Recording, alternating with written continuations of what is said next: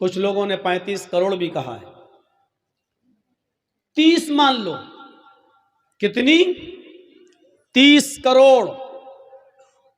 پورے ہندوستان کے اندر مدرسے کتنے ہیں؟ 3.5 لاکھ۔ ہم دنیا کی بات نہیں کر رہے ہیں،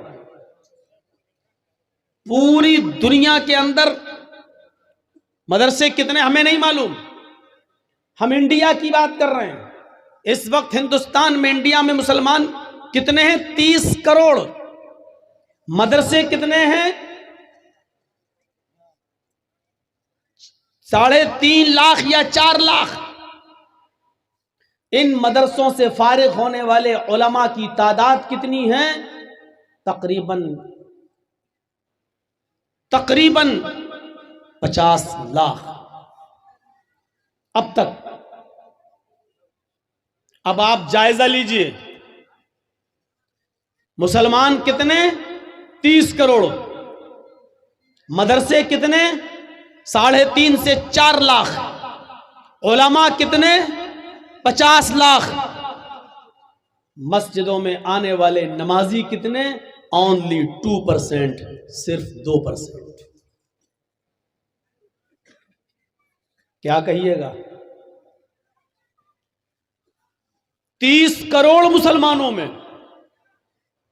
4 لاکھ مدرسوں کے بعد 50 لاکھ علماء کے ہوتے ہوئے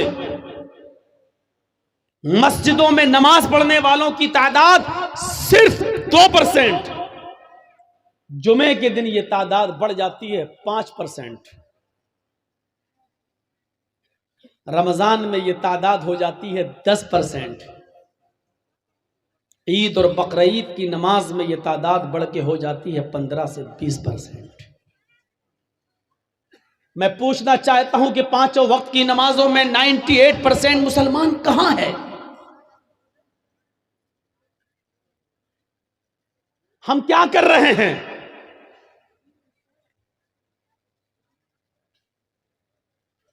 کون سوچے گا؟ یہ کس کی ذمہ داری ہے؟ یہ ہمارے نبی نے تو 7 سال کی عمر میں ہی کہا تھا کہ بچے کو مسجد میں انگلی پکڑ کے لے جاؤ نماز کے لیے۔ جب تمہارے بچے 7 سال کے ہوں تو ان کو مسجد کی طرف لے جاؤ، نماز کا حکم دو، اور جب 10 سال کے ہو جائیں نماز نہ پڑھیں تو ان کو مارو، یعنی مار کے نماز کی عادت ڈلواؤ۔ 7-10 سال کے بعد جب بچے کو زبردستی مسجد میں لایا جائے تو ایسا ہو نہیں سکتا کہ 15 اور 20 سال کی عمر میں وہ پکا نمازی نہ بن سکے۔ ابھی ایک چھوٹا سا کوئی مشتعل کرنے والا نعرہ کوئی لگا دے، ہمارے سماج میں ہمارے سامنے سے گزرتا ہوا، مسلمانوں کی بستی سے گزرتا ہوا کوئی جائے اور ایک چھوٹا سا نعرہ لگا دے، جے شری رام، اس کے بعد دیکھیے ہمارا حال کیا ہوگا۔ ہم آپے سے باہر ہو جائیں گے، غصہ کھو بیٹھیں گے، کنٹرول نہیں رہے گا ہمیں اپنے آپ پر۔ تمہاری ہمت کیسے پڑی؟ یہاں غصہ نہیں آنا چاہیے تھا، یہاں غصہ آ رہا ہے، اور جہاں غصہ آنا چاہیے وہاں غصہ ہمیں نہیں آتا ہے۔ یہ ہماری سب سے بڑی کمزوری ہے۔ وہ مولوی اور ہوں گے جو کہتے ہوں گے غصہ حرام ہے، میں کہتا ہوں غلط۔ کون کہتا ہے کہ غصہ حرام ہے؟ غصہ حرام ہوتا تو حضرت عمر کو کبھی غصہ نہ آتا، غصہ حرام ہوتا تو محمد رسول اللہ صلی اللہ علیہ وسلم کی آنکھیں غصے سے سرخ کبھی نہیں ہوتی۔ ایسا لگتا تھا جیسے غصے میں کسی نے آپ کی آنکھوں میں انار کا جوس ڈال دیا ہو، خون اتر آتا تھا، اللہ کے نبی کی آنکھیں لال ہو جاتی تھی غصے میں۔ کون کہتا غصہ حرام ہے؟ لیکن اللہ کے رسول کو غصہ ناجائز بات پر آتا تھا، جائز بات پر نہیں۔ ہمیں آپ کو غصہ آنا چاہیے۔ غصہ زندوں کو آتا ہے، مردوں کو نہیں۔ اگر آپ زندہ ہیں تو آپ کو غصہ آنا چاہیے، لیکن غصہ کب آنا چاہیے؟ جب آپ یہ دیکھو کہ میرا بیٹا رات کے 12 بجے میرے گھر آ رہا ہے، یہاں آپ کو غصہ آنا چاہیے، آپ کو نہیں آتا ہے۔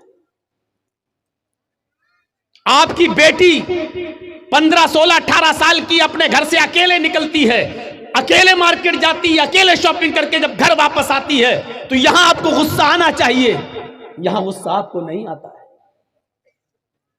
ہماری بیٹی آن لائن پڑھائی کرنے کے بعد بھی موبائل چلاتی ہے، واٹس ایپ، میسنجر، فیس بک استعمال کر رہی ہے۔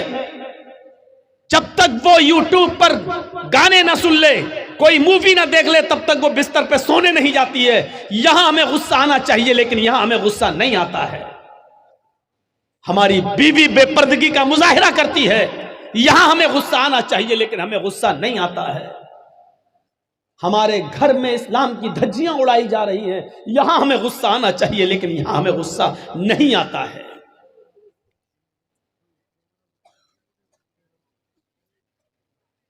کون حساب لے گا؟ آپ ذمہ دار ہیں۔ آپ اگر شادی ہو چکی ہے، پتی ہے، تو پتنی کا حساب آپ لیجئے۔ شادی کے بعد اگر آپ باپ بن چکے ہیں تو اپنے بیٹے کا حساب آپ لیجئے، اپنی بیٹی کا حساب آپ لیجئے۔ اگر آپ کی بہن ہے تو بہن کا حساب آپ لیجئے۔ حساب زندے لیتے ہیں، مردے نہیں، اور حساب زندوں کو دینا پڑتا ہے، مردوں کو نہیں۔ آپ پوچھئے جلسہ کمیٹی والوں سے، آپ نے اتنا چندہ کیا، کتنا پیسہ خرچ ہوا ہے، کتنا بچا ہے، بچے ہوئے پیسے کا کیا کریں گے؟ آپ نے دیا ہے، آپ کو حساب لینے کا پورا ادھیکار ہے۔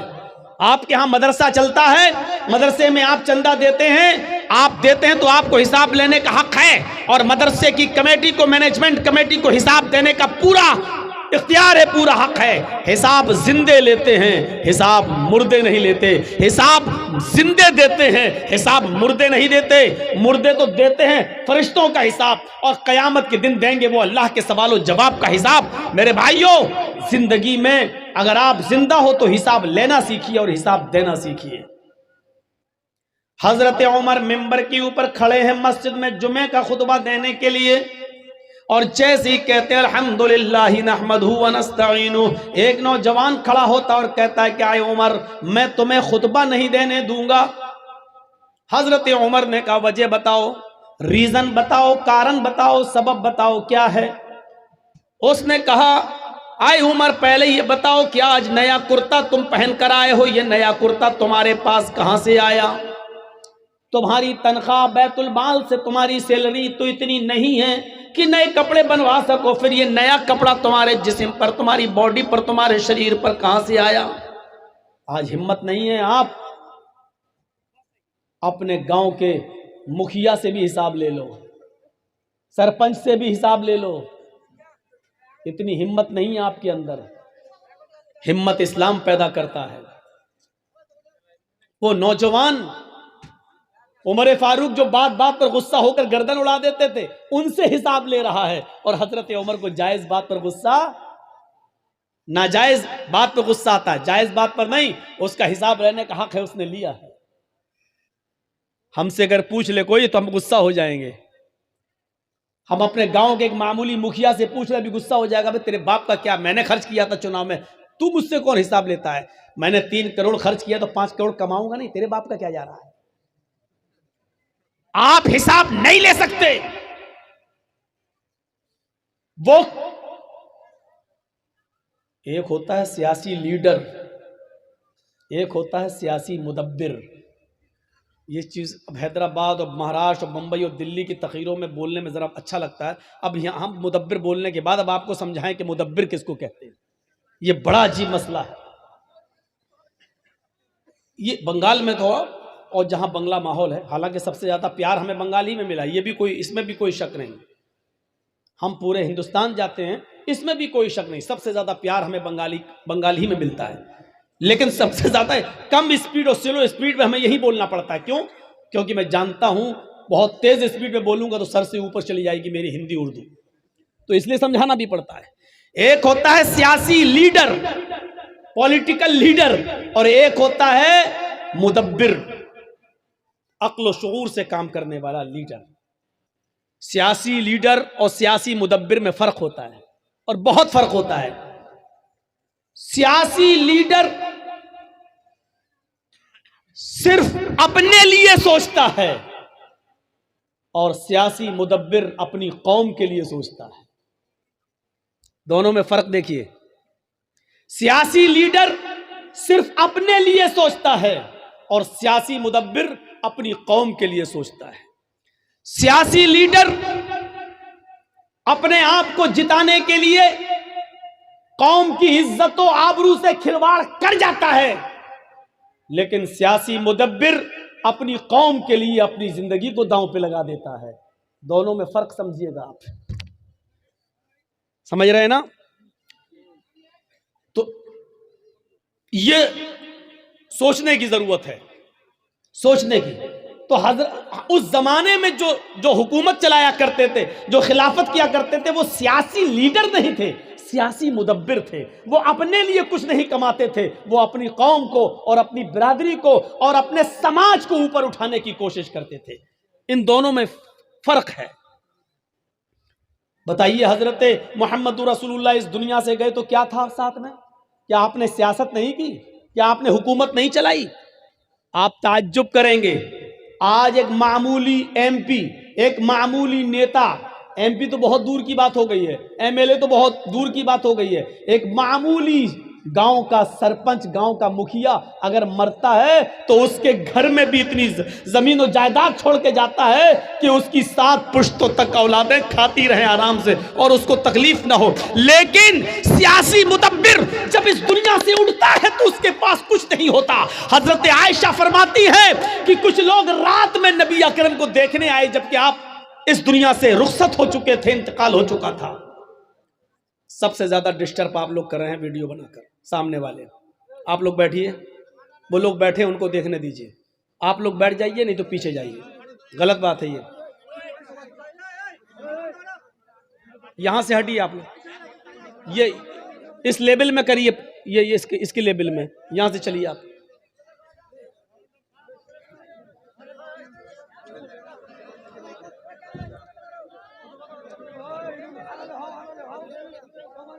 ہاں چلیے، وہ ہو رہا ہے، رضاکار لوگ، والنٹیئر لوگ ذرا ان کو دیکھ لیں، بٹھائیے۔ ہر آدمی اپنے موبائل میں قید کرنا چاہتا ہے، یہ بند تو رہی ہیں، یوٹیوب آئے تو ہیں یوٹیوبر لوگ۔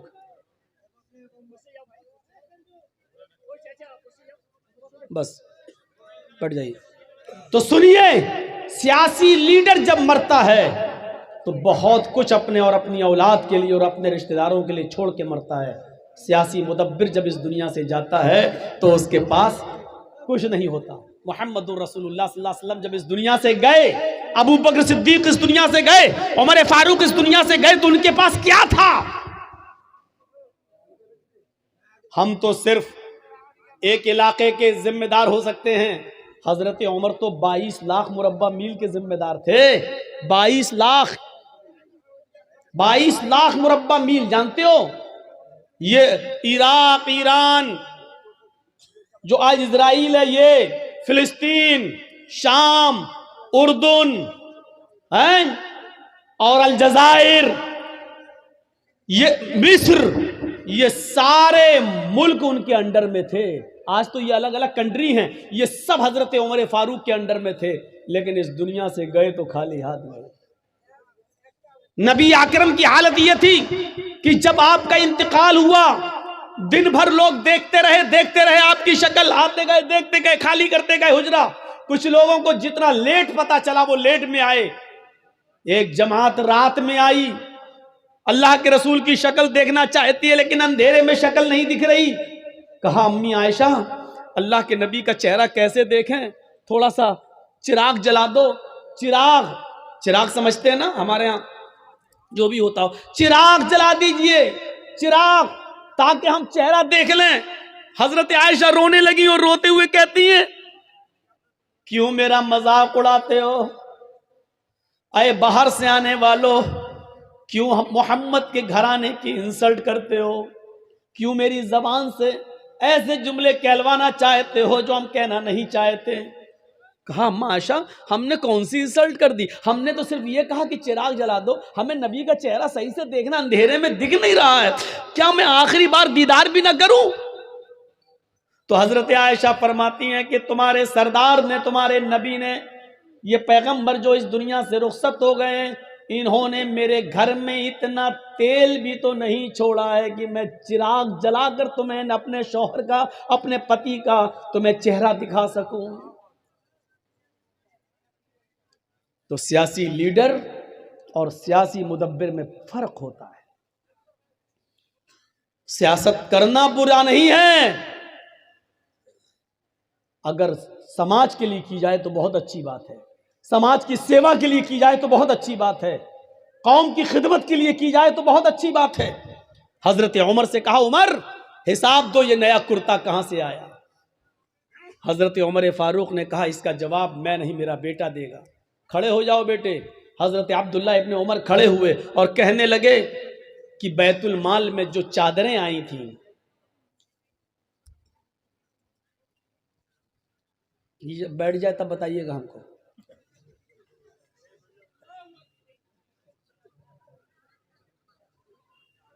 بیٹھ گئے؟ ہو گیا؟ اب تو نہیں اٹھنا ہے، ایسے ڈسٹرب کرو گے تو ہم نہیں بول پائیں گے۔ لگاؤ کیمرہ۔ ہو گیا؟ جانتے ہو آپ کو، آگے بڑھنے سے پہلے اتنا بتا دوں کہ قیامت کے دن سب سے زیادہ سخت عذاب کن کو ہوگا؟ ان اشد الناس عذابا یوم القیامت المصورون۔ قیامت کے دن سب سے زیادہ سخت عذاب ان کو ہوگا جو تصویریں بناتے ہیں، ہلکا عذاب نہیں، سب سے زیادہ سخت عذاب ان کو ہوگا جو فوٹو کھینچتے ہیں، بلا ضرورت جو تصویریں لیتے ہیں، بلا ضرورت اپنے موبائل میں کسی کی سیلفی لیتے ہیں، ان کو عذاب ہوگا۔ یہ تو ایک ضرورت ہے، چلو بن جاتی ہے۔ جرجیت صاحب اورنگ آباد میں بول رہے ہیں، کل پوری دنیا سن لے گی، اس کا تو چلو اسلامی کا ایک فائدہ ہے، پاسپورٹ بنانا ہے تو کھینچ لو، کوئی بات نہیں، کسی کو بھیجنا ہے، آدھار کارڈ لگنا، آپ کا فوٹو لگنا ہے تو چلو سیلفی لے لو، بنا کسی غرض و غائب کے اور مقصد کے آپ سیلفی لیں گے؟ کس نے اجازت دی آپ کو؟ کیا کریں گے آپ؟ جرجیت صاحب کو اپنے موبائل میں قید کیا، کل بھیجیں گے، دیکھو ہمارے گھر آئے تھے، ہماری دکان پہ آئے تھے، میں نے ملاقات کی۔ میں اپنی مثال نہیں، آپ سب کی مثال دے رہا ہوں، جس کی بھی کھینچو، یہی تو مقصد ہوتا ہے۔ ان اشد الناس عذابا یوم القیامہ، اللہ کے نبی فرماتے ہیں قیامت کے دن سب سے سخت عذاب، سب سے سخت عذاب، سب سے ہلکا عذاب تو یہ ہوگا جس نے دنیا میں سب سے کم گناہ کیے ہوں گے، ان کے پیروں کے نیچے 2 آگ کی چنگاری رکھ دی جائیں گی، بس۔ ان اهون اهل النار عذابا یوم القیامت لرجل یوضع فی اخمص قدمه جمرتان، پیروں کے تلوے یہ ہوتے نا، ان کے نیچے آگ کی 2 چنگاری رکھ دی جائیں گی، بس، ایک اس پیر کے نیچے، ایک اس پیر کے نیچے۔ ان دونوں چنگاریوں کی وجہ سے یغلی منہما دماغ، اس کا دماغ ہانڈی کی طرح کھول رہا ہوگا، پتیلی کی طرح کھول رہا ہوگا، جیسے پانی کھولتا ہے، ہیٹر پہ رکھ دو، چولہے پر رکھ دو تو کھولتا ہے۔ یرا انہ اشد عذابا، وہ سمجھ رہا ہوگا کہ سب سے زیادہ سخت اور ہارڈ عذاب مجھے دیا جا رہا ہے، حالانکہ اس کو سب سے ہلکا عذاب ہوگا۔ یہ دنیا میں سب سے ہلکا عذاب اس کو ہوگا جس کے پیروں کے تلوے کے نیچے آگ کی 2 چنگاریاں رکھی جائیں گی، اس سے اس کا دماغ کھول رہا ہوگا اور وہ سمجھے گا کہ ہمیں سب سے زیادہ سخت اور ہارڈ عذاب ہو رہا ہے۔ تو جب سب سے ہلکا عذاب کا یہ حال ہے تو سب سے زیادہ سخت عذاب کا حال کیا ہوگا؟ اور تصویر بنانے والوں کو سب سے زیادہ سخت عذاب ہوگا۔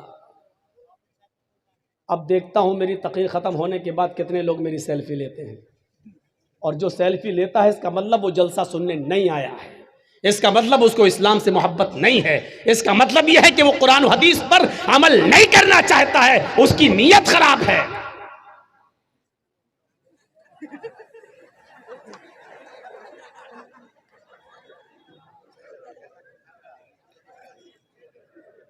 اچھا، کتے کی دم دیکھی ہے کیسی ہوتی ہے؟ اگر اس کو 100 سال کے لیے کسی پائپ میں رکھ دو اور 100 سال کے بعد نکالو تو سیدھی ہو جائے گی نا؟ نہیں ہوگی نا۔ اللہ کے بندو، اتنا مت کہلواؤ کہ میں کتے پہ آ جاؤں، اس کی دم پہ آ جاؤں۔ اب اگر کچھ بھی ہوا تو بہت خطرناک مثال دوں گا، شاید پھر اورنگ آباد میں بلانا چھوڑ دو. بیٹی ارے ہم کو بتا دیتے صاحب, ہم کیا کریں. حالانکہ مجھے اپنے حساب سے سیٹنگ کرنا آتی ہے, ہم نے کر لیا, اور ہم کو جو پسند ہے وہ اس میں آپ انٹرفیئر کر رہے ہیں. تو حضرت عمر فاروق نے کیا کہا, ہو گیا بیٹا تمہارا, اب آ گیا ہوں, پھر میں جہاں سے چھوڑا تھا وہیں پہ پھر میں آ گیا ہوں. حضرت عمر فاروق نے کہا اس کا صفائی میرا بیٹا دے گا. بیٹے نے کیا صفائی دی؟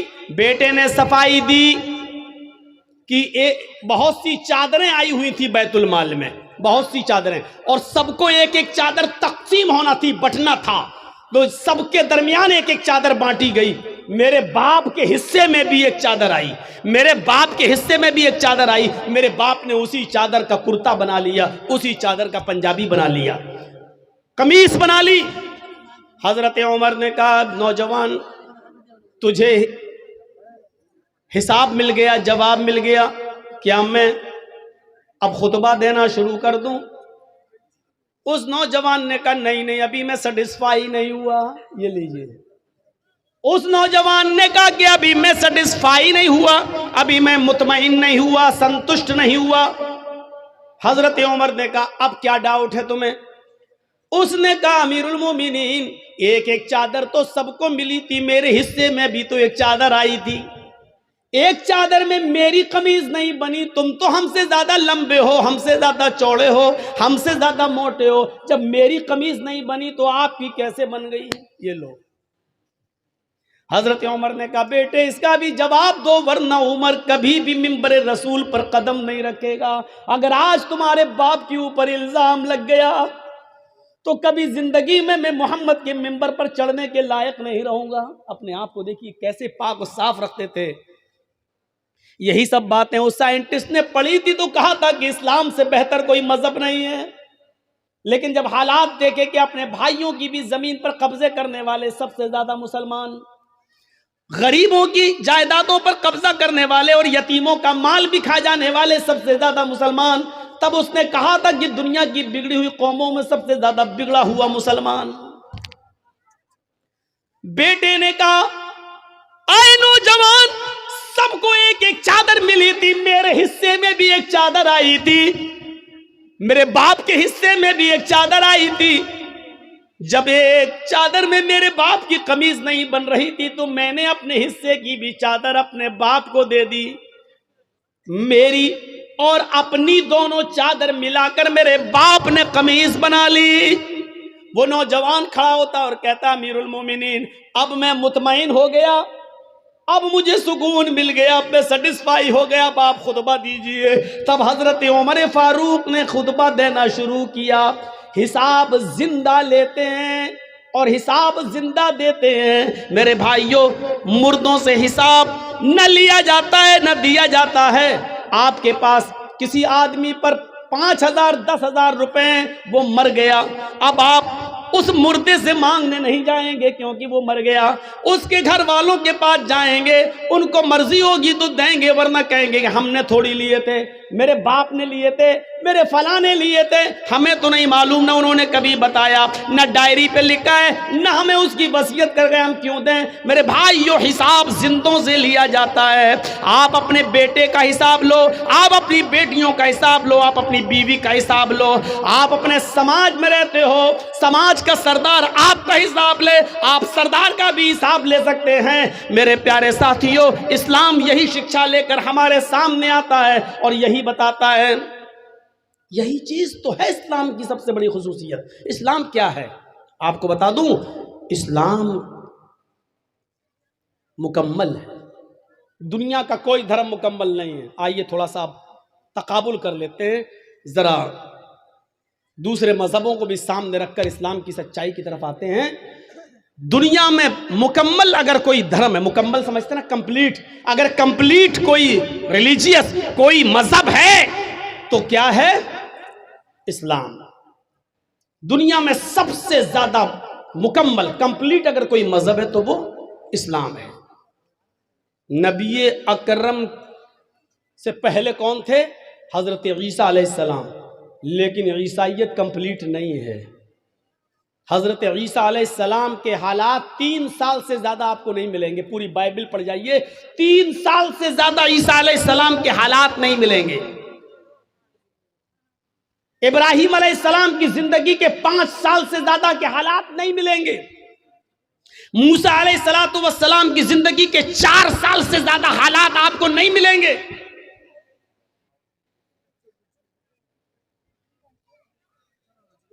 پڑھ جائیے آپ, پوری رامائن پڑھ جائیے, دونوں رامائن, رام چرت مانس تلسی داس جی کی اور والمیکی رامائن والمیکی جی کی. رام چندر جی کے حالات کا اگر آپ جائزہ لیں تو پوری زندگی کے حالات ان کے بھی نہیں ملیں گے. صرف مہا بھارت کے ایک یدھ کے ارد گرد وہ گھومتی ہے ان کی پوری کہانی. لیکن اللہ کے رسول کی زندگی کا اگر آپ مطالعہ کریں, محمد رسول اللہ کی لائف کی اگر آپ اسٹڈی کریں, تو جس دن سے پیدا ہوئے اور جب آپ اس دنیا کو چھوڑ کر رخصت ہوئے, پیدائش سے لے کر 40 سال تک نبی نہیں بنے تھے تب تک کے حالات, اور 40 سال سے لے کر 23 سال اور 63 سال یعنی 23 سال کی نبوی زندگی, 13 سال مکے اور 10 سال مدینے کی, 63 سال کی زندگی کے اگر حالات, ایک ایک دن کے حالات بھی اگر آپ کو دیکھنا ہو تو آپ پڑھیں گے تو محمد رسول اللہ کی پیدائش سے لے کر آخری وقت, آخری سانس تک کے حالات آپ کو ملیں گے. پیدائش کے حالات یہ تھے کہ جب آپ پیدا ہوئے تو ماں ان کی آمینہ کہتی ہیں میری آنکھوں کے سامنے سے ایک نور چمکا, ایک روشنی ہوئی اور ایسا لگا کہ اس روشنی نے پوری دنیا کو روشن کر دیا. یہ اس بات کی طرف اشارہ تھا کہ آیا آمینہ تو نے جو بیٹا پیدا کیا ہے وہ ایسی روشنی لے کر آیا ہے کہ وہ روشنی, اس کی قرآن کی روشنی, اس کی علم کی روشنی پوری دنیا کو روشن کر دے گی. جب آپ کی عمر کوئی بہت زیادہ نہیں ہوئی, 1.5-2 مہینے کے ہوئے, اور مکے کی فضا جب بہت زیادہ خراب تھی, آب و ہوا بہت زیادہ خراب تھی, مکے میں بیماریاں پھیلی ہوئی تھی, تو مکے کی عورتیں اپنے بچوں کو دوسرے دیہات میں, دوسرے شہروں میں بھیج دیا کرتی تھیں. دوسری عورتیں ان کو دودھ پلایا کرتی تھیں تاکہ بچہ بیماری سے محفوظ رہے, تندرست ہو کر لوٹایا جائے. حلیمہ سعدیہ قبیلے سعد سے چلی اور وہ بھی اور عورتوں کے ساتھ آتی ہے, اور جب آتی ہے تو اسی کی قسمت میں محمد رسول اللہ تھے. کچھ حجت کے بعد, بحث و مباحثے کے بعد آمینہ نے اپنا بیٹا حلیمہ کو دے دیا. حلیمہ سعدیہ کہتی ہے کہ میری سواری بہت کمزور تھی, جب میں قبیلے بنو سعد سے سواری پر بیٹھ کر آئی تو تھک جاتی تھی اور کہیں کہیں رک جاتی تھی, بیٹھ جاتی تھی, آدھا 1 گھنٹہ سستاتی تھی, اس کے بعد دوبارہ چلتی تھی. لیکن جب محمد کو میں نے لیا, اس 1.5 مہینے کے بچے کو جب میں نے اپنی گود میں لیا, اس 45 دن کے بچے کو جب میں نے اپنی گود میں لیا اور اس سواری کے اوپر بیٹھی اور قبیلے بنو سعد اپنے گھر میں, اپنے خاندان میں لے کے آنے لگی, تو میری وہی سواری جو تھک جایا کرتی تھی ہوا سے باتیں کرنے لگی, اس کی بیماری ختم ہو گئی, تھکنے کا نام نہیں لیتی تھی, کبھی رکنے کا نام نہیں لیتی تھی. پیچھے سے حلیمہ کی سہیلیاں ان کی دوست, ان کی سہیلیاں پیچھے سے پیچھے رہ گئیں, ان کی سواریاں پیچھے رہ گئیں, اور حلیمہ کی سہیلیاں چیخ چیخ کر کہنے لگی او بنت ابو زؤیب, او ابو زؤیب کی بیٹی ذرا رک جا, مجھے بھی تو اپنے پاس آ جانے دے, ہم لوگ ساتھ میں آئے تھے, ساتھ میں جائیں گے. جب تیری اونٹنی تھک جاتی تھی, تیری سواری تھک جاتی تھی تو ہم بھی رک جاتے تھے, آج تو رکنے کا نام نہیں لے رہی ہے, جب جا رہے ہیں تو اکیلی بھاگ رہی ہے, ارے ہمیں بھی تو اپنے ساتھ لے کے چل. اور پیچھے مڑ کر حلیمہ کہتی میں کیسے رکوں, یہ اونٹنی رکنے کا نام ہی نہیں لیتی ہے, بخدا میں نہیں جانتی ہوں کہ اس اونٹنی کو کیا ہو گیا ہے, یہ تو بڑی کمزور تھی, بڑی لاغر تھی, بڑی نحیف تھی, بہت ہی زیادہ کمزور تھی, پتہ نہیں اس میں اتنی طاقت کہاں سے آ گئی. پھر وہ اس 1.5 مہینے کے بچے کو اٹھاتی ہے, کہتی ہے با خدا مجھے تو اس بچے میں کوئی چمتکار نظر آ رہا ہے, مجھے تو اس بچے کی کوئی برکت نظر آ رہی ہے. میرے پیارے ساتھیوں, یہاں سے محمد رسول اللہ کے حالات کا ذرا جائزہ لیجئے. پہلے دن سے لے کر یہ 45 دن کی کیپیسٹی ہے. میرے بھائیوں ذرا غور کرو, جب ہوش سنبھالا اس وقت کی زندگی کے بارے میں دیکھیے، اور جب 40 سال کی عمر میں جب آپ کو نبوت ملی، اقرأ بسم ربک الذی خلق، یہ قرآن کی پہلی آیت جب نبی اکرم کے اوپر نازل ہوئی تو یہاں سے سلسلہ چلا تو اللہ کا نام لے کر پڑھ، اقرأ بسم ربک الذی خلق، اس رب کے نام سے پڑھ جس نے پیدا کیا۔ یہاں سے آپ نے اپنی زندگی کا 90 آغاز کیا، 90 دور یہاں سے شروع ہوتا ہے۔ پھر آپ کا سفر ہمیشہ اللہ ہی کے نام پہ چلتا رہا، اللہ ہی کے نام پہ آگے بڑھتا رہا، یہاں تک کہ یہ 90 سفر جب 63 سال کی پوری زندگی کر چکا ہے، اور اللہ نے جب اپنے پاس بلایا تو اس نبی کی زبان سے آخری جملہ یہی نکلا، اللہم بالرفیق الاعلی، اللہم بالرفیق الاعلی، اللہم بالرفیق الاعلی۔ آئے اللہ رفیق اعلیٰ میں، آئے اللہ رفیق اعلیٰ میں۔ زندگی کا سفر کی شروعات بسم اللہ کے نام سے ہوتی ہے، اور زندگی کا اختتام بھی اللہ کے نام پر ختم ہوتا ہے۔ یعنی اس نے بتا دیا کہ میرا جینا، میرا مرنا، میری موت اور میری زندگی صرف اللہ کے لیے ہے۔ اسی کو اللہ کے نبی کہا کرتے تھے، اور ان سے پہلے ابراہیم علیہ السلام یہی کہا کرتے تھے، ان صلاتی و نسکی و محیای و مماتی للہ رب العالمین۔ میری نماز، میری قربانی، میری زندگی اور میری موت سب اللہ کے لیے ہے۔ ہمارا اور آپ کا معاملہ اسلام کے تعلق سے ایسا ہونا چاہیے کہ مثلا ہم چائے پئیں تو یہ سوچیں کہ چائے پینا کہیں جائز ناجائز تو نہیں ہے۔ ہم پانی پی رہے ہیں تو یہ سوچیں کہ پانی پینا کہیں ناجائز تو نہیں ہے۔ نہیں ناجائز جائز ہے تو کتنی سازوں میں پئیں، کیسے پئیں، ہماری سوچ یہ ہونی چاہیے۔ ہمارا اٹھنا بیٹھ ہر وقت یہ سوچنا چاہیے کہ ہم چلنے میں کہیں غلطی تو نہیں کر رہے ہیں، کہیں ہم اسلام کی مخالفت تو نہیں کر رہے ہیں۔ ہمارے دماغ پر اسلام چھا جانا چاہیے، تب ہم اسلام کے اندر پورے کے پورے داخل ہوں گے۔ زیادہ تیز ٹوائلٹ آ رہی ہے کیا؟ سب بگاڑ دیتے ہیں میرا معاملہ یار۔ سامنے سے نہ اٹھا کریں، پیچھے سے اٹھ جائیں، ہمیں کوئی دقت نہیں۔ سامنے سے اڑتے ہیں تو مجھے ایسا لگتا ہے کہ کوئی میرا مائک پکڑنے آ رہا، چھین کے ابھی پھینک دے گا۔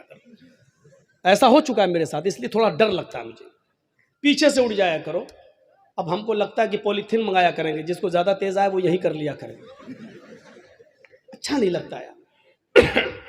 ابھی کچھ دن پہلے ایک بڈھا اڑ رہا تھا بیچارہ 80 سال کا، میں نے کہا کہاں جا رہے ہو؟ اب تو تم چاچی کے لائق بھی نہیں رہ گئے، اب کہاں کیا کرو گے، یہاں بیٹھ جاؤ۔ بڈھے بھی بیٹھ جاتے ہیں بیچارے، وہ بھی نہیں، کیا ضرورت ہے ان کو آگے بیٹھنے کی، اور جب بیٹھ جاتے ہیں تو بیٹھ کے سونا بیچارے۔ تو سنیے، یہ ہمارے دماغ پہ چھا جانا چاہیے، اور جب یہ چیز ہمارے دماغ پہ چھائے گی تبھی ہم اسلام پر مکمل عمل کر سکتے ہیں اور داخل ہو سکتے ہیں۔ مثلا ایک بہت بھوکا آدمی تھا، سنا آپ نے؟ نہیں سنا؟ ایک بہت بھوکا آدمی تھا، اب بھوک کی وجہ سے اس کا حال خراب تھا، بس اس کو یہ تھا کہ کسی طریقے سے روٹی مل جائے کہیں میں، لیکن نہیں مل رہی۔ اتنا بھوکا تھا کہ بھوک کی وجہ سے بالکل بے چین تھا۔ ایسے ہی کسی نے اس سے پوچھا، بھائی 2+2 کتنا ہوا؟ 2 اور 2 کتنا؟ اس نے کہا 4 روٹی۔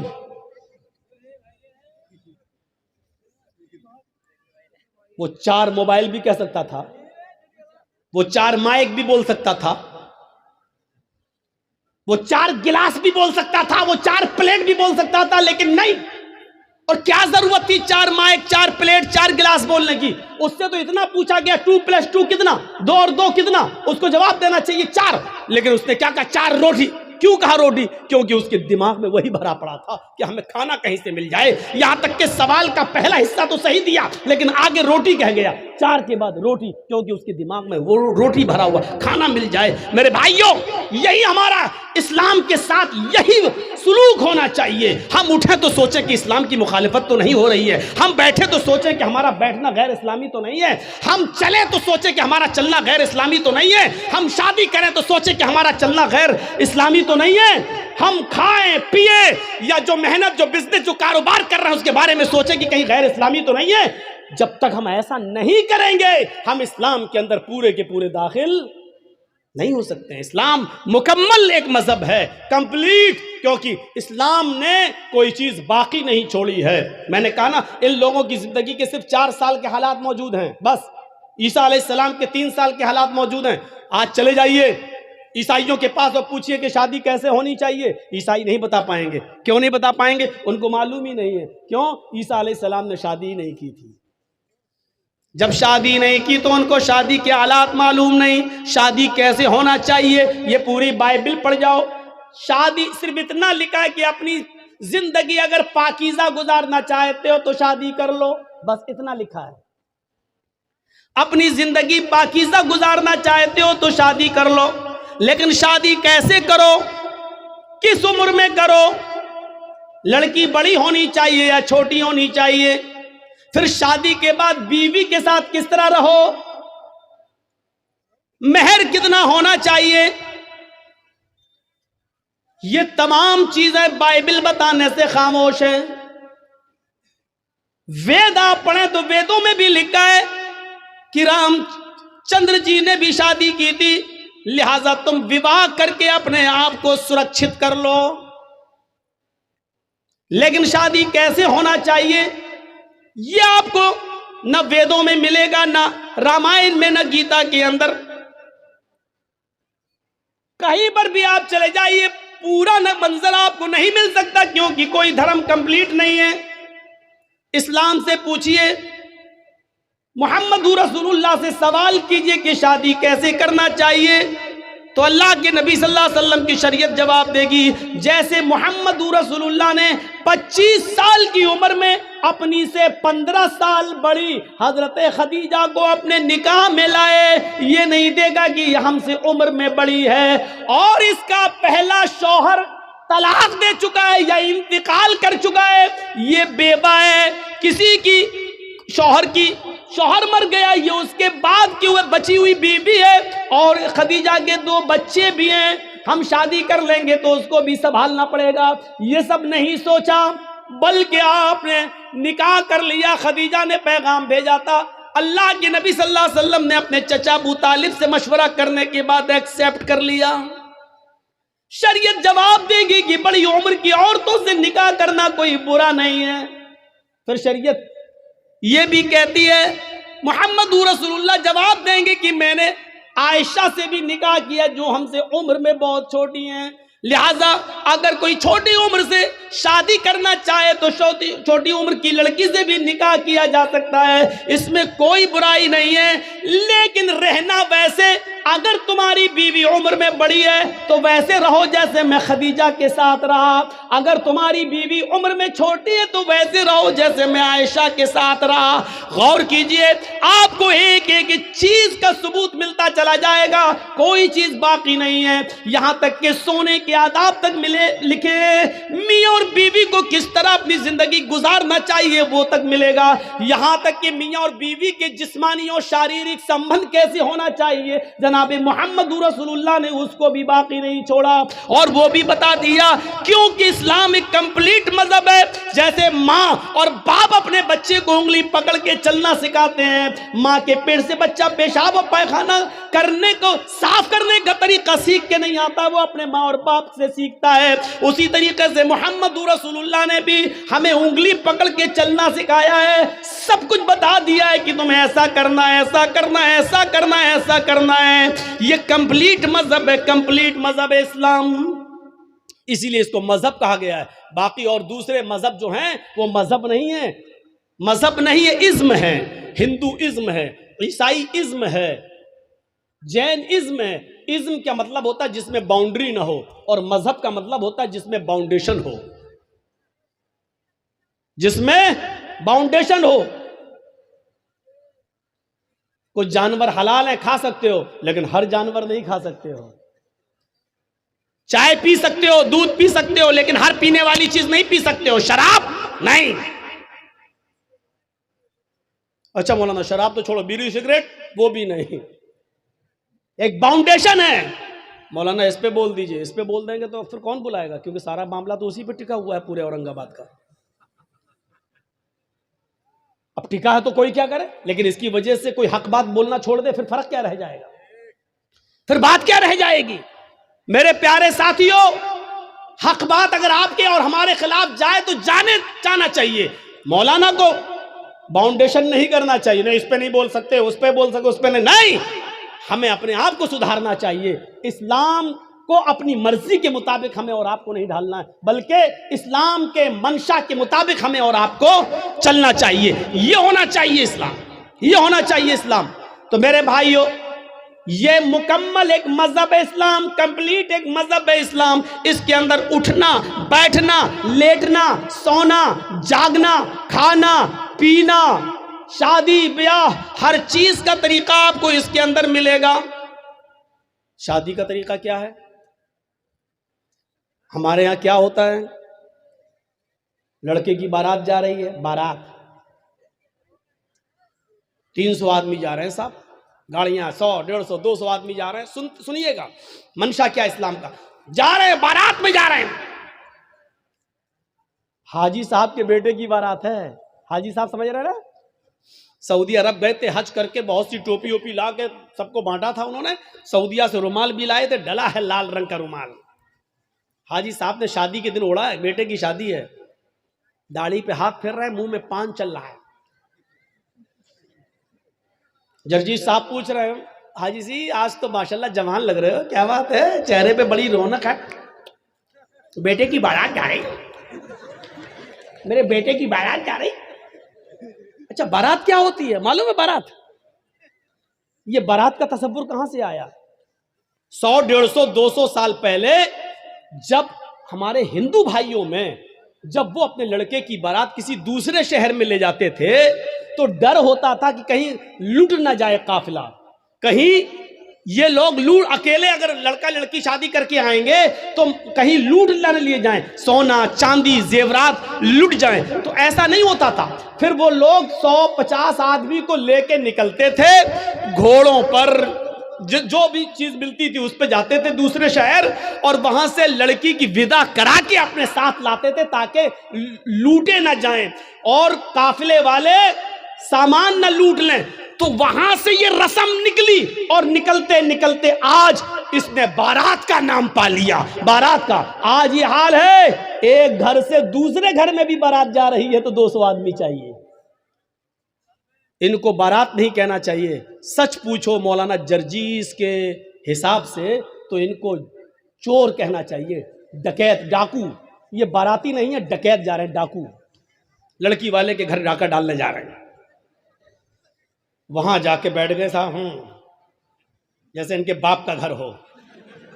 اب غریب لڑکی والا بیچارہ وہ ان کو اچھے سے اچھا کھلا رہا ہے. وہ جانتا ہے کہ اگر کھانے پینے میں تھوڑی سی بھی کمی ہو گئی تو زندگی بھر میری بیٹی کو تانا مارے گا. یہ پورا سماج جتنے آئے ہیں، یہ چور، یہ ڈکیت، یہ سب تانا ماریں گے، دیکھو اس کے باپ نے ایسا کھلایا، کوئی عزت نہیں کی ہے.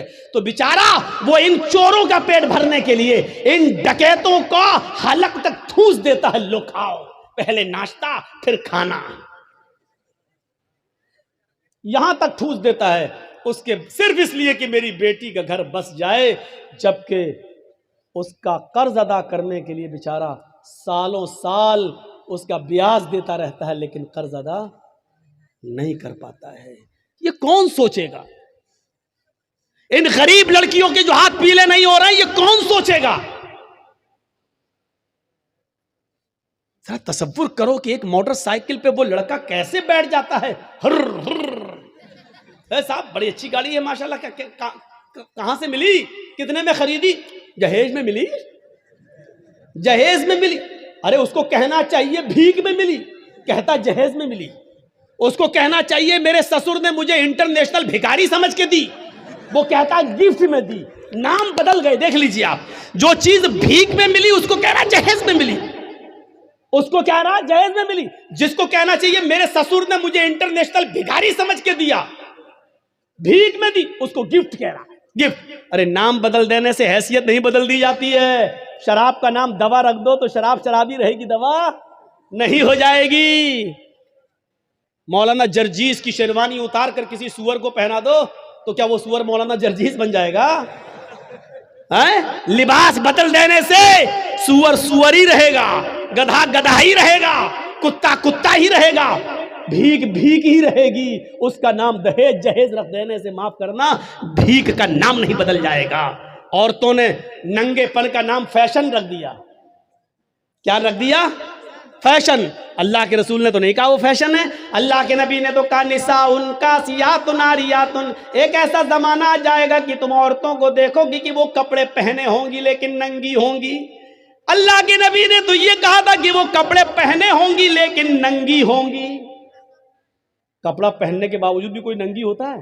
نہیں، لیکن نبی نے کہا کپڑے تو پہنیں گی لیکن ننگی ہوں گی، کپڑا پہنیں گی لیکن ہاتھ دکھیں گے، کپڑا پہنیں گی لیکن پیٹ دکھے گا، کپڑا پہنیں گی ان کے جسم کا اتار و چڑھاؤ دکھے گا، یعنی وہ ایسے تنگ کپڑے پہنیں گی کہ جس سے اگر کوئی ٹیلر کوئی درجی ان کو دیکھ لے تو ناپ لینے کی ضرورت نہ پڑے، وہ اپنی آنکھوں میں پورا کا پورا بسا لے کہ اس کا سینہ اتنا، اتنی اس کی کمر اتنی، اس کی بلاؤز کا سائز اتنا، وہ صرف ایک نظر دیکھ کر اندازہ لگا لے کہ اس کی ساڑی کا ناپ کتنا، اس کے بلاؤز کا ناپ کتنا، اس کے پیٹ کا ناپ کتنا، اس کی کمر کا ناپ کتنا، اس کے سینے کا ناپ کتنا۔ ایسی عورتوں کو بتایا اللہ کے نبی نے کہ کپڑے تو پہنیں گی لیکن ننگی ہوں گی۔ نبی نے تو ان کو ننگا کہا ہے۔ اب ہمارے یہاں نام بدل گیا، یہ فیشن ہے، یہ فیشن ہے۔ لڑکیاں چپکے ہوئے کپڑے پہن کر مارکیٹ جا رہی ہیں، ان کی ران سے کپڑا چپکا ہے، ان کی پنڈلی سے کپڑا چپکا ہے، ہم کہہ رہے ہیں فیشن ہے یہ۔ میرے بھائیوں، تمہارے نام بدل دینے سے ان کا ننگا پن ختم نہیں ہو جائے گا۔ اللہ کی قسم تمہاری نظروں میں فیشن ہے لیکن محمد رسول اللہ کی نظر میں وہ لڑکی ننگی ہے، ننگی ہے، ننگی ہے، برہنہ ہے، برہنہ ہے، برہنہ ہے۔ نام بدل دینے سے حیثیت نہیں بدل جاتی ہے۔ بھیک کا نام دہیج رکھ دو، معاف کیجئے گا بھیک بھیک ہی رہے گی۔ دہیج ہو جانے سے یا جہیز ہو جانے سے میرے بھائیوں اس کی حیثیت نہیں بدل جائے گی۔ اور جہیز کس کو کہتے ہیں؟ دہیج تو ہندی لفظ ہے، اردو میں اس کو کہتے ہیں جہیز۔ اگر دیکھا جائے تو جہز یجہز و تجہیز اس سامان کو کہتے ہیں جو میت کے ساتھ جاتا ہے قبرستان تک۔ کہتے ہیں تجہیز و تکفین ہو گئی اس کی، عربی میں بولا جاتا ہے اردو میں کہ اس کی تجہیز، ایک فلاں آدمی مر گیا، انتقال ہو گیا ہے، اس کی تجہیز، اس کی تکفین 2 بجے ہوگی۔ اس کا مطلب کیا ہے؟ تجہیز سے بنا ہے جہیز، مرنے والے کے ساتھ جو سامان جاتا ہے، کفن افن وغیرہ، چارپائی وغیرہ، اس کو کہا جاتا ہے جہیز۔ آج وہ جہیز شادی کے بعد ہمیں ملتا ہے۔ ذرا اندازہ لگائیے گا کہ کتنا برا لفظ ہے، جو مرنے کے بعد میت کے ساتھ جاتا ہے وہ ہم شادی کے موقع پہ لیتے ہیں جہیز کے نام پر۔ اتنا سننے کے باوجود بھی وہ پاگل ہی ہوگا جو کل شادی کرے اور پھر جہیز لے لے۔ یہ سننے کے بعد بھی اب غور کریں آپ، شادی ہمارے یہاں کیسی ہو رہی ہے؟ پہلے باراتی پہنچ گئے، اب چلو چور و ڈکیت کہہ دیا کافی ہے، اب باراتی کہہ دے رہا ہوں، بار بار برا نہ لگے۔ پہنچ گئے، ہو گیا سب۔ لیکن اللہ کے رسول کے زمانے میں شادی کیسی ہوتی تھی؟ وہ سارے واقعات آپ کے سامنے ہیں، سنے ہوں گے۔ ایک عورت اللہ کے نبی کے پاس آئی اور کہنے لگی کہ اللہ کے رسول، میں آپ سے شادی کرنا چاہتی ہوں، انی احب لک، میں اپنے آپ کو ہبہ کر رہی ہوں۔ تو اللہ کے نبی صلی اللہ علیہ وسلم نے کیا فرمایا؟ اب مجھے ضرورت نہیں ہے۔ وہاں ایک صحابی بیٹھے ہوئے تھے، فوراً کہنے لگے اللہ کے رسول اگر آپ کو ضرورت نہیں ہے تو میرے ساتھ کروا دیجیے اس کی شادی۔ کوئی بری بات نہیں کہی انہوں نے، میرے ساتھ کروا دیجیے۔ اللہ کے نبی نے کہا تم کرو گے؟ کہا ہاں مجھے ضرورت ہے بیوی کی۔ اس عورت سے پوچھا کہ تم اس کے ساتھ کرو گی؟ اس نے کہا آپ کے لیے آئی تھی، اگر آپ نہیں کر سکتے تو اس کے ساتھ کر دیجیے، مجھے تو گھر بسانا ہے۔ تو اللہ کے رسول نے اس آدمی سے، اس صحابی سے پوچھا کیا دو گے اس کو مہر میں؟ یہ نہیں پوچھا لڑکی سے ہے تیرا باپ ہے، تیرا بھائی ہے، کیا دے گا اس صحابی کو؟ یہ نہیں پوچھا، بلکہ کیا پوچھا اس صحابی سے، کیا دو گے اس کو مہر میں؟ کہتا مہر میں کیا دو گے؟ کچھ نہیں ہے میرے پاس۔ بخاری کی حدیث کے الفاظ ہے ما عندی شیء، میرے پاس کچھ نہیں ہے، کچھ نہیں ہے اور شادی کا سپنا۔ آئے ہائے ہائے، اسلام دیکھیے، اسلام کچھ نہیں ہے اور شادی کا سپنا، کچھ نہیں ہے اور شادی کرنا چاہتا ہے۔ اللہ کے نبی نے فرمایا نہ ایسا مت کہو، کچھ نہیں ہے، گھر جاؤ شاید کچھ سامان مل جائے، لے کر آؤ، وہی اس کو مہر دے دیں گے۔ ہاں ٹھیک ہے میں جا رہا ہوں۔ گھر گیا، اپنی ماں سے، باپ سے، بھائی سے، بہن سے، سب سے پوچھ ڈالا کچھ ہے؟ پتہ چلا کچھ نہیں ہے. آیا کہ اللہ کے رسول گھر میں کوئی چیز نہیں ملی. آپ نے کہا دیکھو تم شادی کرنے جا رہے ہو, بیوی کو کچھ تو مہر دینا پڑے گا نا. پتہ چلا مہر نقد ہونا چاہیے, کچھ تو ملے گا. کہنے کچھ نہیں ملا. اللہ کے نبی نے کہا دوبارہ جاؤ. کہا جب کچھ ہے ہی نہیں تو پھر دوبارہ جا کے کیا 50 بار بھی جاؤں گا تو کچھ نہیں ملے گا. کہا دوبارہ جاؤ. التمس خاتما من الحدید, لوہے کی انگوٹھی مل جائے تو وہی لے آؤ, سونے کی نہیں, چاندی کی نہیں, لوہے کی انگوٹھی جو آج 5-5, 6-6, 10-10 روپے میں ہمیں سڑکوں پر مل جائے گی. اگر لوہے کی انگوٹھی ہی مل جائے تو وہی لے آؤ, وہی دے دو اپنی بیوی کو, ہونے والی بیوی کو. وہ کہتا لوہے کی انگوٹھی, چلو جاتا ہوں پوچھتا ہوں, معمولی چیزیں ہوگی گھر میں رکھی ہوگی. وہ دوبارہ گھر گیا. وہ صحابی تھوڑی دیر کے بعد گھر سے واپس آتے اور کہتے ما وجدت خاتما من الحدید, اے اللہ کے رسول گھر میں بہت کچھ ڈھونڈا, بہت تلاش کیا, لیکن مجھے لوہے کی انگوٹھی بھی نہیں ملی. مایوس ہو گئے. اللہ کے رسول بھی بیٹھے کہ اس کے پاس لوہے کی انگوٹھی بھی نہیں ہے, اب یہ کیسے کیا ہوگا. اب وہ جانے لگا. اللہ کے نبی نے کہا کہاں جا رہے ہو؟ کیا کروں گا بیٹھ کے, جب نکاح ہی نہیں ہو سکتا ہے, لوہے کی انگوٹھی بھی نہیں ہے, کچھ نہیں ہے گھر میں, جا رہا ہوں کھیتی باڑی کروں گا, کچھ محنت کروں گا, مزدوری کروں گا. ماں بوڑھی ہے, اس کی ذمہ داری ہے میرے اوپر, باپ بوڑھے ہیں, ان کو کھلاتا ہوں پلاتا ہوں, جا رہا ہوں کام دھندا کروں گا کچھ. اللہ کے نبی نے کہا ادھر آؤ. بیٹھایا اپنے پاس, پوچھا تمہارے پاس کچھ نہیں ہے؟ کہا تو دیا نہیں ہے. لوہے کی انگوٹھی بھی نہیں ہے؟ کہا نہیں. کہا اچھا سوچو, ایک بار اور سوچو, کچھ ہے؟ دماغ داں. ہاں ہے. کہا کیا ہے؟ عندی ازار, ایک لنگی ہے, تہبند ہے, ایک تہبند ہے, لاؤ لاؤ لاؤ لاؤ, اس کو دے دو, چلو وہی دے دو. کیا کہتا ہے معلوم ہے؟ وہی دے دو. جب وہ دے دوں گا تو میں کیا پہنوں گا؟ جب سوتا ہوں تو وہی تو پہنتا ہوں گھر پہ, جب اس کو دے دوں گا تو میرے پاس کیا رہے گا؟ تو اللہ کے نبی نے کہا پھر کیوں کہہ رہے ہو کہ کچھ ہے؟ کہا آپ نے پوچھا تو میں نے کہہ دیا وہی ہے, اس کو میں پہن کے سوتا ہوں, تو پھر اس کو وہ بھی نہیں دے سکتے ہو؟ تو اس نے کہا پورا نہیں دے سکتا ہوں, 2 ٹکڑے کر دیتا ہوں, آدھا دے دوں گا اس کو. اب اللہ کے رسول کی مسکراہٹ نکل گئی, ہنسی آ گئی. آدھا دو گے بیچاری, آدھا کا کیا کرے گی وہ؟ آدھا کس کام کا؟ اور جب پھاڑ دو گے تو آدھا تم کیا کرو گے؟ تمہارے کس کام کا؟ کسی کام کا ہو یا نہ ہو, کم سے کم کھیت میں بچھا تو لیں گے, بیٹھ تو جائیں گے. باندھنے کے لائق نہیں رہے گا تو کیا ہوا, کم سے کم زمین پر بچھا کے بیٹھ تو سکتے ہیں. پورا نہیں دے سکتا ہوں میں, دوں گا تو آدھا. اللہ کے نبی نے کہا آدھا نہ اس کے کوئی کام کا, نہ آدھا تیرے کوئی کام کا. نہیں یہ تو نہیں لوں گا. اچھا یہ بتاؤ قرآن کتنا یاد ہے؟ اوہ نوجوانوں سنو, ویڈیو بنانے والوں سنو, اپنے اپنے کیمروں میں قید کرنے والوں سنو, سننا اور پوری تقریر مت سننا, بس وہی سنتے رہنا کہ سب سے بڑا سخت عذاب اس کو ہوگا جو دنیا میں تصویریں. پوری تقریر مت سننا, بس یہی سنتے رہنا. یہ جملے تمہیں تھپڑ مارتے رہیں گے جب تک دوسرے سال ہمیں بلا نہیں لو, تب تک وہی حدیث تمہیں تھپڑ مارتی رہے گی کہ ہم کیا کیا کرتے ہیں, کتنے بڑے بڑے گناہ کرتے ہیں. سنو,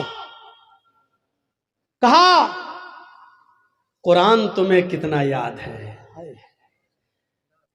سونا نہیں, چاندی نہیں, کپڑا نہیں, دولت نہیں, یہاں تک کہ بیوی کو دینے کے لیے لوہے کی انگوٹھی بھی نہیں. اتنا غریب گھر کا صحابی, لیکن جب اس سے پوچھا کہ تمہیں قرآن کتنا یاد ہے, سر اٹھاتا ہے, کہتا ہے اللہ کے رسول مجھے سورہ ملک یاد ہے, مجھے سورہ حشر یاد ہے, مجھے سورہ جمعہ یاد ہے, مجھے سورہ منافقون یاد ہے, مجھے سورہ نبا یاد ہے, مجھے سورہ قیامہ یاد ہے. اللہ کے نبی نے فرمایا کیا تمہیں اتنی صورتیں یاد ہیں؟ کہا ہاں. آپ نے کہا کیا تم مجھے منہ زبانی بغیر دیکھے سنا سکتے ہو؟ اس نے کہا. آپ نے کہا اتنی صورتیں تمہیں یاد ہیں؟ اس نے کہا ہاں. کہا پھر یہ کیوں کہتے ہو کہ میرے پاس کچھ نہیں ہے؟ تمہیں اتنی صورتیں یاد ہیں, کیا تم ان صورتوں کو اپنی بیوی کو یاد کرا دو گے, اس عورت کو یاد کرا دو گے جس کے ساتھ میں تمہارا نکاح کرنا چاہتا ہوں؟ اس نے کہا ہاں میں کرا دوں گا. اس عورت سے پوچھا اگر تیرے شوہر کے تیرے نکاح کے مہر میں اگر قرآن کی ان صورتوں کو میں مہر بنا دوں اور انہی صورتوں کو تو اپنا مہر مان لے تو کیا تو اس سے نکاح قبول کر لے گی؟ کیا ان قرآن کی صورتوں کو اپنا مہر مان لے گی؟ کہنے لگی روتے ہوئے، اے اللہ کے نبی، جس عورت کی شادی میں، جس عورت کے نکاح میں قرآن کی صورتیں مہر بن جائیں، اس سے زیادہ بابرکت نکاح کس کا ہو سکتا ہے؟ اس سے زیادہ پاکیزہ نکاح کس کا ہو سکتا ہے؟ پھر اللہ کے نبی نے ان صورتوں کو ہی مہر بنا دیا اور اس کے بعد نکاح پڑھا دیا۔ اس عورت کا نہ کوئی باپ تھا، نہ چچا تھا، نہ بھائی تھا، اس لیے خود اللہ کے رسول قاضی کی حیثیت سے اس کے ولی بن گئے، سرپرست بن گئے، اور آپ نے اس کا نکاح کر کے اسی دن بھیج دیا۔ نہ بارات کا پتہ تھا، نہ ابڑنے کا پتہ تھا، نہ ہلدی کا پتہ تھا، نہ مہندی کا پتہ تھا، نہ لڑکیاں لڑکے کو دیکھنے آئیں، نہ لڑکی والے دیکھنے آئے، وہیں پر نکاح ہوا اور سب کچھ ہو گیا سارا۔ اور سنو، یہ نکاح جتنی سادگی کے ساتھ ہوا، 1400 سال کے بعد آج بھی اس نکاح کا چرچا ہوتا ہے، اس نکاح کا تذکرہ ہوتا ہے، اس نکاح کا ذکر ہوتا ہے، 1400 سال کے بعد بھی اس نکاح کا ذکر ہو رہا ہے۔ تو میرے بھائیوں، میں کہنا یہ چاہ رہا تھا کہ اسلام مکمل ایک مذہب ہے، مکمل، کمپلیٹ ایک دین ہے، کمپلیٹ۔ اسلام کے علاوہ کوئی دین کمپلیٹ نہیں ہے۔ اسلام کی ایک خصوصیت ایک اور ہے، کیا ہے؟ یہ دین معتدل ہے۔ معتدل کس کو کہتے ہیں؟ آئیے ذرا سن لیجئے۔ دین معتدل، اعتدال، جس کے اندر میاں نہ روی ہو، جس کے اندر نہ بہت زیادتی ہو نہ بہت کمی ہو، اعتدال، یہ صرف اسلام کی خصوصیت ہے۔ کیا ہوا؟ کچھ ہوا ہے؟ بارش ہو رہا ہے تو تھوڑا دیر بیٹھیے، جب تیز ہوگی تو سب سے پہلے تو ہم ہی بھاگیں گے۔ جب تک ہم بیٹھیں تب تک آپ بیٹھے رہیے۔ سنیے، اچھا پنڈال ہے، واٹر پروف پنڈال ہے، آپ لوگ ڈریے نہیں۔ صحابہ کرام نے اسلام کے لیے اپنی جانیں لٹا دیں، آپ تھوڑی سی بارش برداشت نہیں کر سکتے ہیں؟ بیٹھیے، آج آپ کے ایمان کا امتحان لینا ہے، آج آپ کے ایمان کا امتحان لینا ہے۔ جو یوگی اور مودی کا پرستار ہے وہ جائے، جو محمد رسول اللہ کا پرستار ہے وہ بیٹھے، جو ایمان جس کے دل میں ہے وہ بیٹھے، جس کو ان سیاسی لیڈروں سے محبت ہے وہ جائے، جس کو ایمان سے پیار نہ ہو وہ جائے، جس کو محمد رسول اللہ کی شریعت سے پیار ہے وہ یہاں بیٹھے، وہ یہاں سنے۔ میرے بھائیو، اسلام ایسے ہی نہیں ملا ہے، ایسے ہی نہیں ملا ہے۔ صحابہ کی قربانیوں کے بعد، ان کی گردنیں کٹنے کے بعد، ان کی شہادتوں کے بعد یہ اسلام ہم تک آیا ہے۔ سمیہ رضی اللہ تعالیٰ عنہ نے اپنی شرمگاہ میں نیزہ داخل کروایا تھا، لیکن اللہ اللہ کہتی رہی تھی، اس کے دونوں پیر باندھ دیے گئے تھے، چیر دی گئی، جسم سے 2 ٹکڑے کر دیے گئے، لیکن اسلام کو نہیں چھوڑا۔ آؤ، تم سمیہ جیسی صحابیات کے ایمان پہ بھروسہ کرتے ہو تو بیٹھو، ان کی طرح ایمان اگر تمہارے دلوں میں موجود ہے تو بیٹھو، اور دیکھتا ہوں کہ کون ہے جو بارش کے چند قطروں سے ڈر کے بھاگتا ہے، اور کون ہے جو اپنے ایمان کی مضبوطی کا ثبوت پیش کرتا ہے۔ میرے پیارے ساتھیوں، آپ کو بیٹھنا ہوگا، اور جس کو جانا ہو جائے، جس کے جیب میں نوٹوں کی گڈی ہو اور بارش کے قطروں سے اس کے بھیگ جانے کا ڈر ہو، وہ جائے یہاں سے۔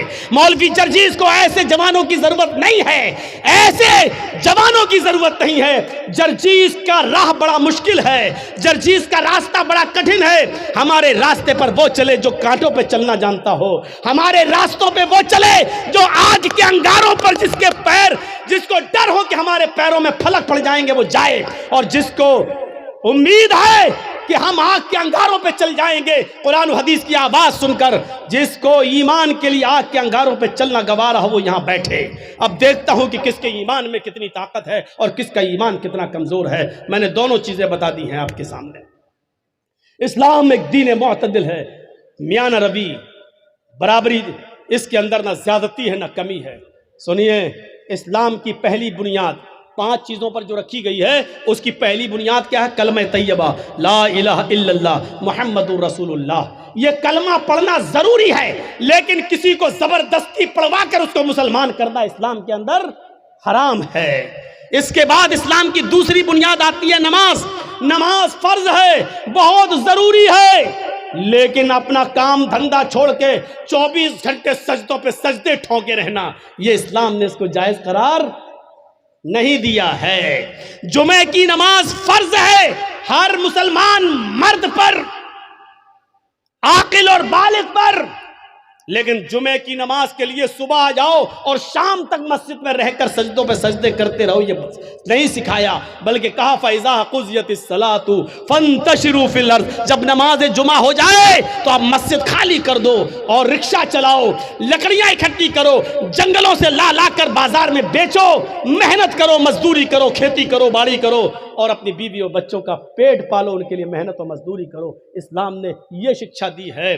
نماز فرض ہے لیکن 24 گھنٹے سجدہ کرنا اسلام کے اندر جائز نہیں ہے۔ زکوٰۃ غریبوں کی بہت بڑی ہمدردی ہے، آپ کے پاس ایک لمٹ ہے، ہندو دھرم میں بھی زکوٰۃ ہے لیکن لمٹ نہیں ہے، یہ اسلام لمٹ متعین کرتا ہے، کتنا سونا ہونا چاہیے تب کتنی زکوٰۃ ہوگی، چاندی کتنی ہونی چاہیے تب اس پر زکوٰۃ ہوگی، سونا اور چاندی نہیں ہے لیکن پیسہ ہے، کتنا پیسہ ہوگی اس پہ زکوٰۃ ہوگی، آپ کے پاس مچھلیوں کی تالاب ہے تو کتنی مچھلیاں ہونی چاہیے جس پر آپ کے پاس زکوٰۃ ہوگی، آپ کے پاس بکریاں کتنی ہیں کہ جس پر کہ آپ کے اوپر زکوٰۃ فرض ہے، آپ کھیتی باڑی کرتے کتنا دھان ہونا چاہیے کہ آپ کے اوپر زکوٰۃ ہے، کتنا گیہوں ہونا چاہیے کہ اس پر آپ زکوٰۃ دیں گے، بارش کے پانی سے کھیتی پیدا ہوئی ہے تو اس پر کتنی زکوٰۃ ہے، بارش نہیں ہوئی ہے آپ نے پیسہ دے دے کر پانی خرید کر کھیتوں میں دیا ہے تو اس کے پانی سے جو پیداوار ہوئی اس پر کتنی زکوٰۃ ہے۔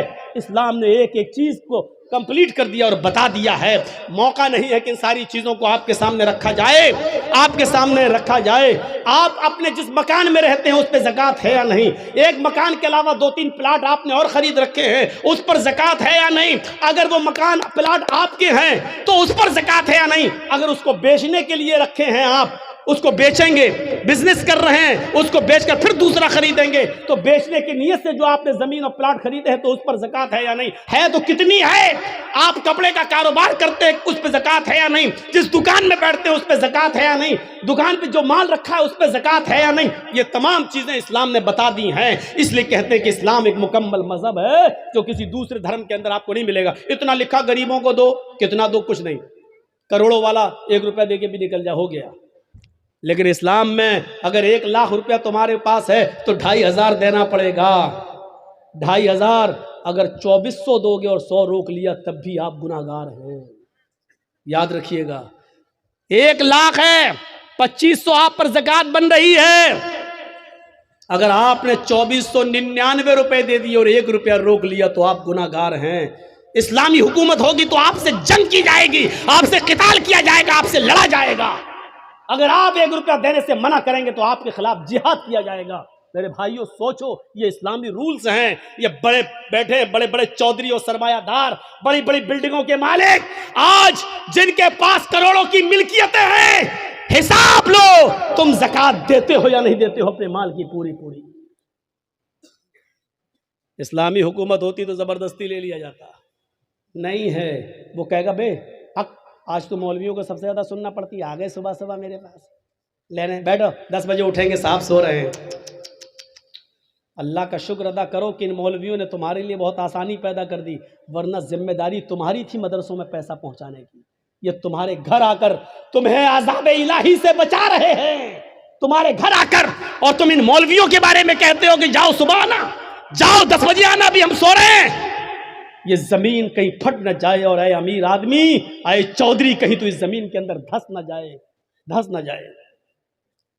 مولویوں کی 2 سال کرونا رہا، کبھی آپ نے سوچا علماء کا کیا ہوا بیچاروں کا؟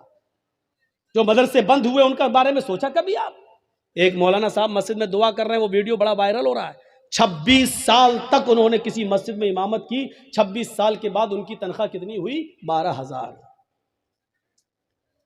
12,000۔